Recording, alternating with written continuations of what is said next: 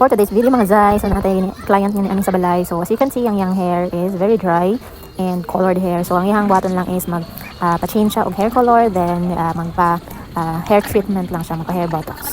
And actually nag-advise ko kay ma'am na i-rebond na lang gid siya kay sid kulot ng iyang hair, but wala siya saktong budget pang hair color and pang treatment lang gid. So go and bumalik ra pod siya para magpa-rebond again. So right now nag-mix ako ng hair color niya. Actually tulong ka color akong gini sana.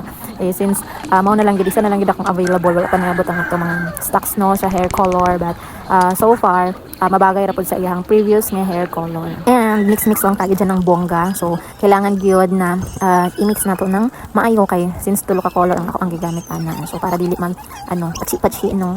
So mix very well. And huwag kalimutan natin mag-gloves, and let's start na mag-apply sa hair color.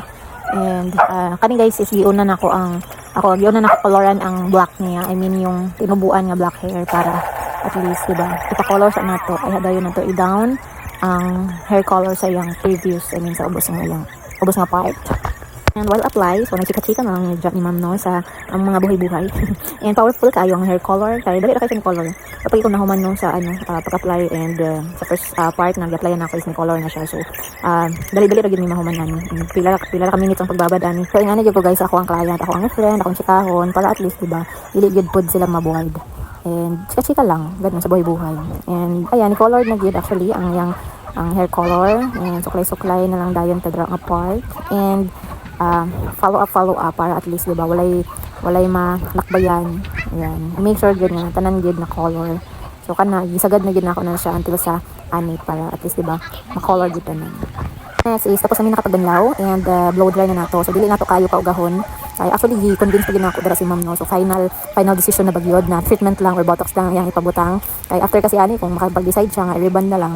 So butang na to og rebonding cream. So sayang man gyud. So gusto gyud ko nga very straight gid siya no after wash, kasi since botox lang yang ipabutang, dili gid siya 100% straight lang gyud. Pero medyo mag-lessen po ang iyang medyo mag-lessen ang iyang kalkag na hair and iyang dry na hair. So ayun, since treatment lang siya, but then si ma'am balik na lang daw siya no para magpa-rebond na. So kita na ako kung ganahan siya sa color. So far ganahan po sa color si ma'am. So yan man akong ginagamit na botox. Actually medyo mahal gid po siya, pero super ka worth it gyud kaayo ni. So mga gini akong panglaban gid no sa mga damaged hair, dry hair na sobrang naging damage sa buhok, and especially pag rebond. And i-mix nato ni nga botox. So nindot gyud kaayo siya nga after rebond. Nindot gyud kaayo ang result. And ma-repair gyud pod ang imuhang hair gyud ani. So ako gani siyang pinagmamalaki na botox treatment. So mga gyud pod ni ako ang pangbato sa mga client nako nga na gyud feeling nila wala may pag-asa nga manindot ug maulian ang ilahang hair, especially mga kanang nag-brittle na nag-bleach ang hair. So mga gyud niya ako ang panglaban gyud na treatment. So yan, so wag si ma'am di siya magpa-rebond, kaya lakadlok gud siya na magpa-rebond. So next na lang na pagbalik niya mag-rebond na gid ni kay nindot gid hair kulot na gid ang buhok. So best gid siya nga ma-rebond. And next is ayan, wala na ako nagbanlaw guys, nagbabad na lang ako mga 30 minutes. Then after 30 minutes sa pagbabad, diretso na dayon sa pagplansya. So puliduon gyapon nato ang pagplansya no, kay para gyud mas ma-absorb gyud no sa hair ang hair treatment ang botox. So yan, and actually so far okay kahit paano nakitaan na nato na medyo okay naman yung hair ni ma'am. Medyo nabuhay-buhay din naman. Ganun. Kahit paano kumalma naman yung buhok ni ma'am no sa treatment natin. Pero gi-aware na ko si ma'am na after wash, dili gid mag-expect nga ani gid pod ang result after wash. Kasi since treatment lang siya, wala siya gi-rebound, dili gid ani ka straight.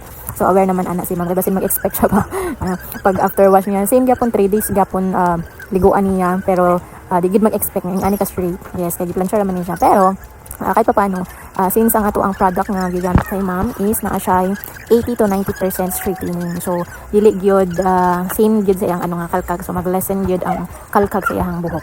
Ganun. So at least aware si ma'am, diba? And balik lang gyud siya for rebond. And explain ako sa iya kung magpa-rebond siya after wash. Same gyapon, ani gyapon ang ka-straight. At least aware si madam. And bisan mawayan tang expect siya nga ingana ka-straight gyapon after wash. So no madam. Oo, kaya nag-advise ko nga i-rebond, but after a month na lang mabalik siya. So pang treatment lang ang iyang budget. So yan, nag-cut na lang dayon ko ng konti sa pinakadulo lang since dili man kaayo yung damage gid ang iyang hair. So dagan siya mga baby hair and tangan lang nato na og kanang muna akong ginagamiton na serum, hair serum. So nindot kayo ni siya from Watson. Medyo mahal-mahal gid siya ng konti. Yan, and makasinaw gid pod sa hair, maka-repair gid pod sa damaged hair.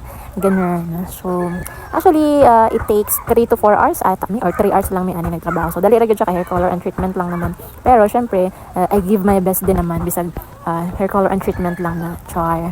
So, ganun lang talaga guys. Give your best and magbalik-balik rin na siya. Ang follower ng client nga magbalik-balik pag ato lang gitarungon. Ganun. So, ayan, shiny, smooth ang hair ni Madam and happy din naman siya sa result. So, thank you for watching. Bye!